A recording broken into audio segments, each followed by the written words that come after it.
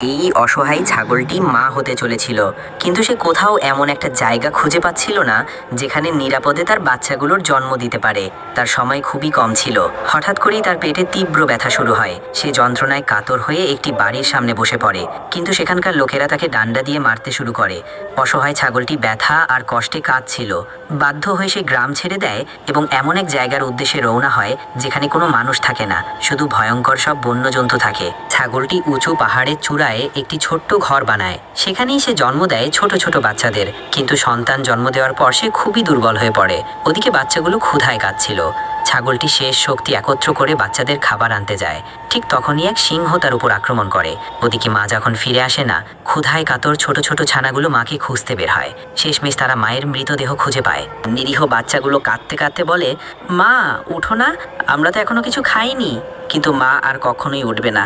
ছানাগুলো ফুপিয়ে ফুপিয়ে কাঁদতে থাকে।